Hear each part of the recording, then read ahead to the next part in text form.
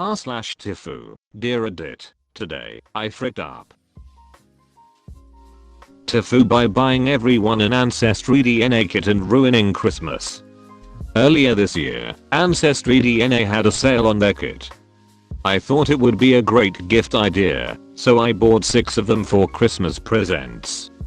Today my family got together to exchange presents for our Christmas Eve tradition, and I gave my mom, dad, brother, and 2 sisters each a kit. As soon as everyone opened their gift at the same time, my mom started freaking out. She told us how she didn't want us taking them because they had unsafe chemicals. We explained to her how there were actually no chemicals, but we could tell she was still flustered. Later she started trying to convince us that only one of us kids need to take it, since we will all have the same results, and to wrestle extra kits to save money. Fast forward, our parents have been fighting upstairs for the past hour, and we are downstairs trying to figure out who has a different dad. TL. Doctor, I bought everyone in my family Ancestry DNA kit for Christmas. My mom started freaking. Now our parents are fighting, and my dad might not be my dad. Update. Thank you so much for all the love and support.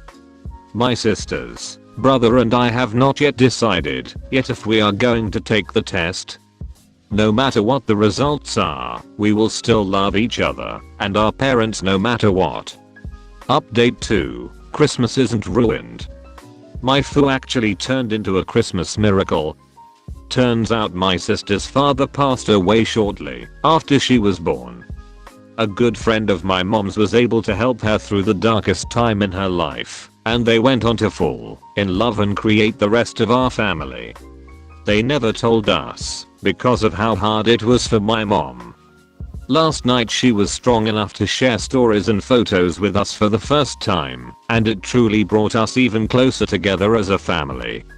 This is a Christmas we will never forget. And yes, we are all excited to get our test results. Merry Christmas everyone. Tifu by living in a dark bedroom for 6 years.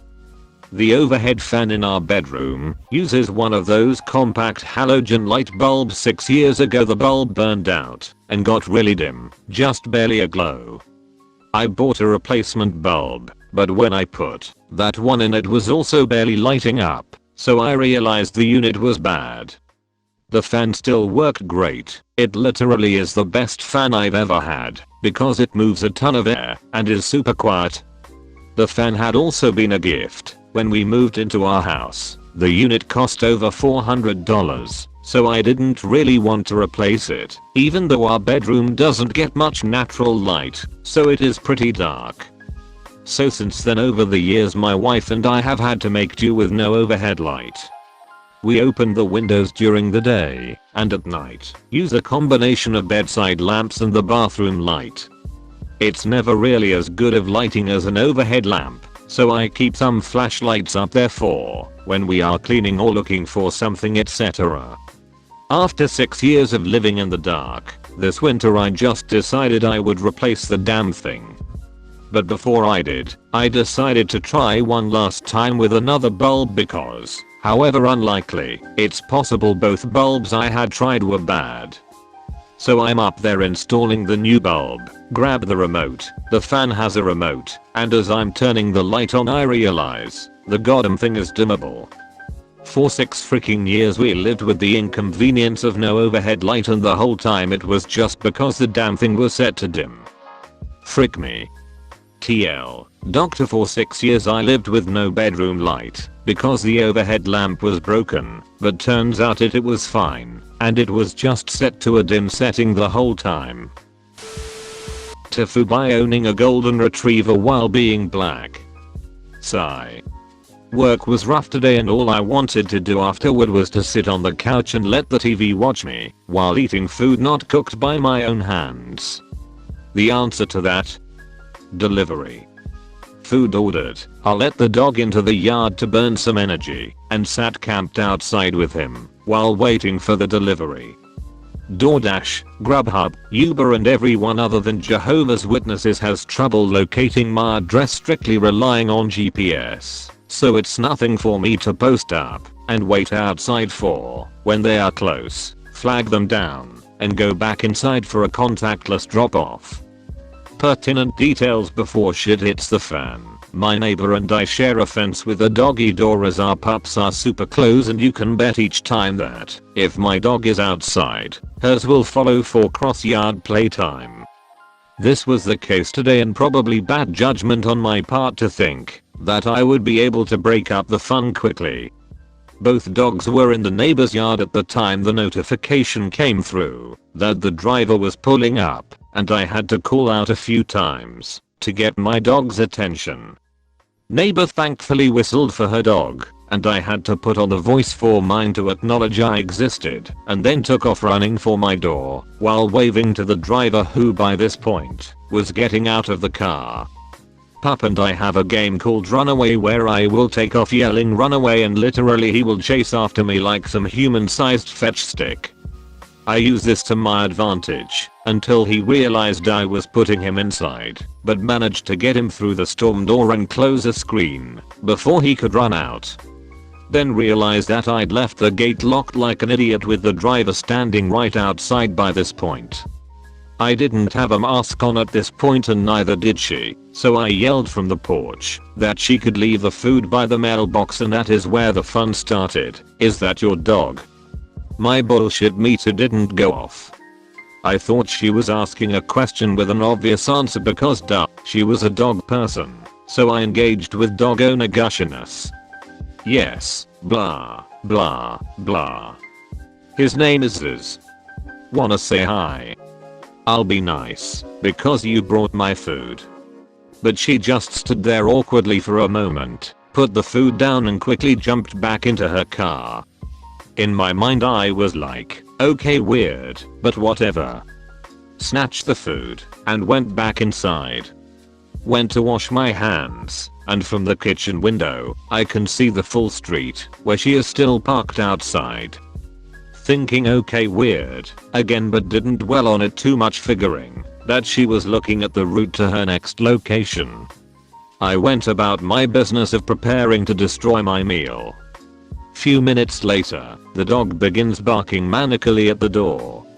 I take a glance at the cameras and realize she is still out front, parked directly in front of my mailbox. Okay. What's going on here? I go outside and try to get her attention, but she is on the phone and doesn't notice me. I walk up like I'm going to check the mail and she does pull off, but towards the back of the neighborhood that only has one way in and one way out. Lots of people make that mistake, and so you'll quickly see cars turning back around, but she never came back. By this time, I think I'm losing my mind, so I go back in, but still watching the street for the car to pass. It never does. I don't know, people are weird, so I just left it at that and went back to eat. About 10 minutes later, dog starts going ham at the door, so I check the cameras to see 2 police cars sitting outside my house. I continue to watch the cameras, realizing that yup, the cops are getting out of the car and walking back and forth in front of mine and neighbors' yards. I go out to see if anything is wrong, and they introduce themselves before saying they were called because a stolen golden retriever was reported at my address and if there was a dog in the home. It clicked that driver had called the police and then explained my version of what happened. They were really respectful and apologetic, but asked if I could get soap up. I went ahead and opened the door for the dog, who took off, ready to greet the new faces outside. His collar has tags matching the address with my name and phone number on it in case he was ever lost or stolen, which was proof enough for them, as it was obvious that they wanted to get this over as fast as possible. No hard feelings on either side. We were all walking away when driver's car slowly comes creeping from the back of the neighborhood. I yelled out to them that the lady was right there, and they positioned themselves in front of her car in a way she would have to stop and speak with them. I don't know if this lady was drunk or off her meds, but she rolled down the window and was literally sobbing hysterically that she saw me take the dog from the neighbor's yard, that animals get no justice and the icing on the cake. My kind only owns pit bulls and Rottweilers. There was no way he was mine and needed to be protected. I honestly did not want to deal with that mess, so sorry guys, this isn't a tale of revenge. I went back inside and stayed the frick on my couch. My day was already shitty. Everyone left a few minutes after that, so I assume she got a warning. However, I did report the incident to the delivery service and was offered credits towards my next meal. I splurged that on a bakery and now I'm currently fricking up a slice of carrot cake. Grateful it didn't end worse. TL. Doctor ordered food. Racist delivery person thought I stole my own golden retriever and had a breakdown when I didn't get carted off in handcuffs. Didn't get shot, but got cake in the end. What, the video is already over? Have no fear, more videos can be found on the channel. If you enjoyed this video, do not forget to like and subscribe. Who knows, you might receive a cookie.